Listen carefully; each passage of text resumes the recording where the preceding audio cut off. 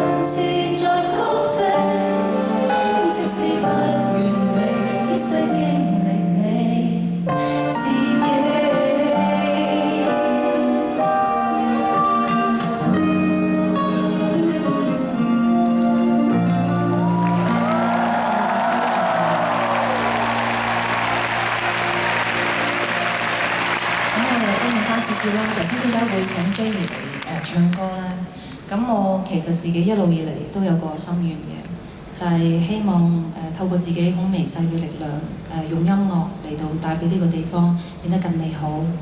咁原來我發覺其實原來喺好多人心目中咧都一樣，我哋大家都係想我哋呢一個世界變得更美好，先至會做好多嘅追求。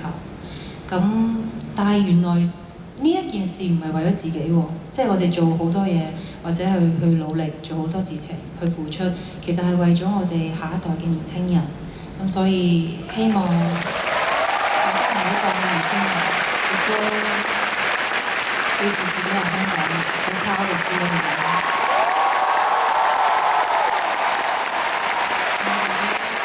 感謝世界嘅重要。